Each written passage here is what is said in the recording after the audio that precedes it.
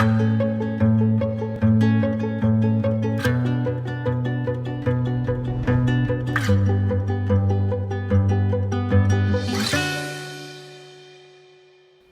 안녕하세요. 오늘 강의를 맡은 경희대학교 HK 플러스 통합의료인문학 연구단의 연구교수 박성호입니다. 오늘 주제는요, 저희가 이제 코로나19 데카메론이라는 책에 제가 쓴 내용, 그러니까 이 배지 오브 아너라는 이야기를 가지고 좀 말씀을 드리려고 합니다.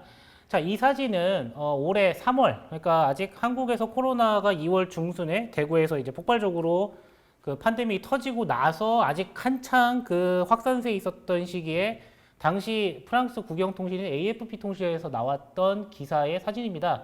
자, 여기 보면 이제 당시 그 대구 동산병원, 그러니까 계명대학교 병원이죠. 그 동산병원에서 근무하고 있는 간호사들과 인터뷰를 나누고 그 간호사들의 얼굴을 찍어서 이렇게 올렸는데, 지금 보시면 아시겠지만 이 얼굴 곳곳에 반창고가 붙어 있습니다. 이렇게 된 이유는 이제 보호장구를 장시간 착용하다 보면 이게 쓸리거나 상처가 나서 이렇게 반창고를 붙일 수밖에 없는데, 이 모습을 두고서 이제 말하자면 AFP 통신이 이 간호사 의료진들에게 일종의 찬사를 보낸 거죠. 배지 오브 아너라는 이름을 붙여가면서요. 자, 근데 사실 이 배지 오브 아너라는 게 그 원래 그 명칭의 어원을 찾아보면요, 배지 오브 아너라는 별도의 훈장이 따로 있습니다. 이게 당시에, 그러니까 19세기 당시에 대영 제국에서, 그러니까 지금은 이제 해체되고 없지만요, 당시 대영 제국에서 식민지에 살고 있는 민간인들 가운데 대영 제국에 크게 공헌을 한 사람들에게 주던 훈장의 이름이 배지 오브 아너예요. 물론 AFP 통신이 이걸 염두에 두고서 얘기를 하지는 않았겠지만, 기본적으로 뭐 배지 오브 아너 혹은 메달 오브 아너라는 말에는 특정한 어떤 공적을 세운 사람들을 국가에서 기려준다, 이 사람들의 공적을 국가에서 뭔가 포상을 해준다라는 그런 차원의 뉘앙스가 담겨 있습니다. 실제로 메달 오브 아너 같은 경우도 현재 미군이 사용하고 있는, 그러니까 정식 명칭은 The Congressional Medal of Honor, 그러니까 의회 명예 훈장으로 되어 있는데, 그게 현재 미군이 수여하는 최대, 그러니까 최고 등급의 훈장으로 되어 있죠. 말하자면은 우리가 이제 코로나와 관련돼서 이야기를 할 때에 전쟁과 많이 비유를 해요. 그렇다면 이 전쟁에서 전선에 나가서 싸우고 있는 굉장히 큰 공적을 세운 영웅들이 앞서 보았던 그런 의료진들이다라는 차원에서 이제 배지 오브 아너라는 이름을 붙이고 있는 겁니다. 근데 제가 이제 좀 주목을 하는 건, 자, 우리가 이렇게 의료진들이 헌신하고 있다라는 거는 누구나 다 쉽게 인정하는 바예요. 여기에 대해서 의문을 제기할 생각은 없습니다. 다만 우리가 이렇게 사람들, 이 의료진들이 고생하고 있고 이 사람들 덕분에 정말 우리가 일상을 누리고 있다라는 거를 감사하고 기리는 거에, 그것을 마치 우리가 현재의 지금 이 코로나 사태에 대해서 정작 우리 스스로가 해야 될 고민들이나 결정해야 될 사안들을 뒤로 제껴두고 이 사람들의, 의료진들에 대한 이런 감사를 표현하는 것으로 이걸 손쉽게 대체해버리고 있는 것은 아닌가라는 생각이 들어서 이 글을 쓰게 된 거였습니다. 지금 이거는 제가 글 쓴 이후에 나왔던 건데, 여기 덕분에 챌린지라고 해서 해시태그 덕분에 해서 뭐 의료진들 덕분에 우리가 이렇게 일상을 잘 누리고 있습니다, 안전하게 살고 있습니다 라는 해시태그 운동이 벌어졌는데, 이런 해시태그 운동이 이면에는 정작 해시태그는 달지만 사실 해시태그를 단다라는 게 뭔가 이 방역이라든가 코로나 확산을 방지하는 데 도움이 되는 건 아니잖아요. 정작 우리가 실천해야 되는 일상 속의 방역 수칙들, 이런 것들은 오히려 도외시한 채 이런 해시태그를 다는 것으로 어떤 각자 개인이 갖게 되는 마음의 부채 같은 것들을 손쉽게 줘버린 것이 아닌가. 그래서 실제로 보면 저희 뭐 이제 그 2월 달에 대규모 팬데믹이 지나가는 이후에도 뭐 이태원 클럽 사태도 있었고요.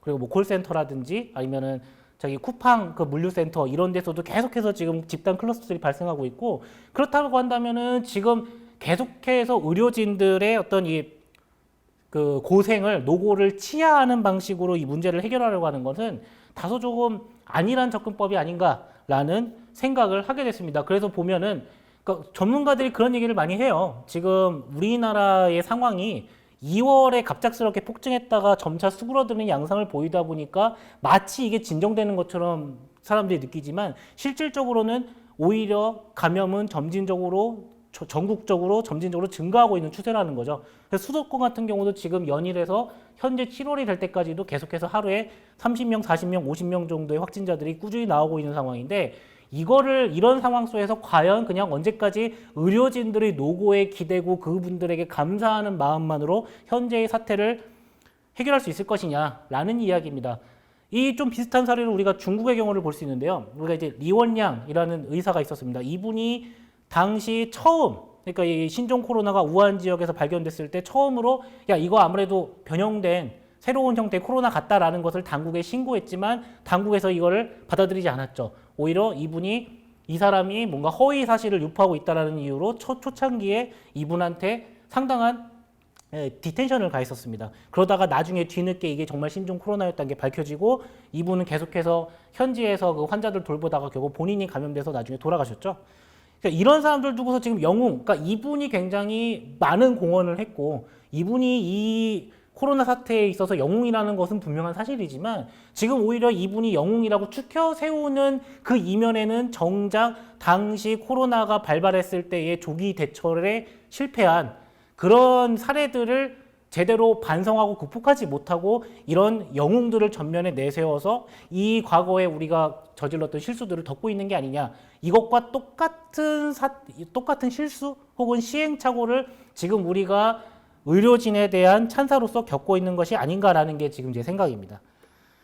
자, 그렇다면 우리는 이제 이후를 생각을 해야 돼요. 이 코로나 이후로 지금 이렇게 의료진들이 계속해서 분투하고 있지만 이 사람들이 저렇게 막 얼굴에 반창고 붙여가면서 할 수 있는 거는 인간이기 때문에 한계가 있습니다. 우리나라가 뭐 그렇다고 의료진들이 막 전 국민이 다 의사인 것도 아니고요. 이게 우리가 이를테면은 여러 가지 모델들을 지금 고민을 하고 있어요. 어떤 사람들은 집단 면역을 이야기하기도 하고 어떤 사람들은 지속적인 어떤 사회적 거리두기를 이야기하기도 하는데 제가 생각했을 때 그러니까 저는 어떤 것이 답이다라고 말하고 싶지는 않습니다. 그게 가능하다고 생각하지도 않고요. 다만 문제는 지금 한국의 상황을 봤을 때 뭐 한국에서 나오는 언론 보도 같은 것들을 보면요. 대체로는 스웨덴 사례를 흔히 많이 들죠. 그러면서 집단 면역이라는 것은 실패할 수밖에 없는 실험이다라는 식의 보도를 많이 내요. 그러면서 이야기하는 게 이제 뭐 확진자 숫자라든지 그에 인한 사망률의 증가 같은 것들을 말을 많이 하는데 정작 그렇게 이야기하면서 뭔가 집단 면역이라는 게 어렵다라는 식으로 보도는 나가고 있지만 그렇다면 우리 일상은 그렇다면 사회적 거리두기나 철저한 방역 시스템을 가고 있느냐? 그렇지는 않거든요. 예를 들어서 제가 어느 집단이라고 말할 수는 없지만 제 가까운 곳에도 지금 여전히 코로나가 반복되고 있는 상황에서도 회식 같은 것들 자유롭게 하고 있는 곳들 많습니다. 회식이 나쁘다는 게 아니에요. 우리가 어떤 방향으로 가야 할지에 대한 명확한 판단이 서야 되고 그 판단을 내리기 위해서는 사회적인 논의를 거쳐야 되는데 그런 논의들은 거치지 않은 채 한편에서는 방역당국에서 매일 아침 여러분들도 문자 받으시죠. 뭐 회식 자제, 뭐 사람들 많은 곳 방문하지 않기, 뭐 마스크 착용, 뭐 위생 철저. 그런데 또 다른 한편에서는 이런 방역수칙과는 무관한 일상들이 돌아가고 있고 이런 사태를 단지 의료진들이 힘쓰고 있고 우리가 K방역에 성공했고 이렇게 훌륭한 그 성과들을 내고 있다라는 것으로 손쉽게 우리에게 훈장을 줘버리고 끝내는 방식으로는 나중에 이제 정말 올 가을 혹은 겨울에 2차, 3차 유행이 왔을 때 그때는 그럼 또 어떻게 대비를 할 것이냐 그것에 대한 준비가 전혀 되어 있지 않지 않느냐. 그렇다고 한다면 우리가 거기에 대해서 좀 경각심을 가지고 새롭게 사회적 차원에서의 논의를 시도해봐야 되지 않겠느냐라는 차원에서 이 글을 쓰게 된 거였습니다. 제 강연은 이 정도로 하고요. 혹시 여기 청중분들 중에 제가 쓴 글이나 혹은 지금 말씀드린 내용에 대해서 질문하실 분들 한 2분 정도만 받아보겠습니다. 이번 코로나 발생하는 동안에 한국뿐만 아니라 여러 나라의 코로나 보도에서 그 의료진의 희생을 강조하면서 영웅을 이렇게 비유하는데요. 그런 이런 비유 표현이 어떤 시민에게 어떤 효과를 가질 수 있는지 궁금합니다. 이게요. 사실은 제가 개인적으로 이 글을 쓰게 된 이유 중에 하나가 저는 원래 개인적으로 전쟁사 쪽에 관심이 많습니다. 근데 전쟁사, 특히 근대 이후의 전쟁사를 돌이켜보면요. 보통 패전 직후의 국가들에서 군인들에 대한 훈포장을 남발하는 사례들이 많이 나와요. 근데 이런 훈포장을 주는 이유는 뭐냐? 가장 큰 이유는 그겁니다. 그만큼 우리에게는 이렇게 이 위기를 타개할 만한 영웅들을 우린 많이 가지고 있다.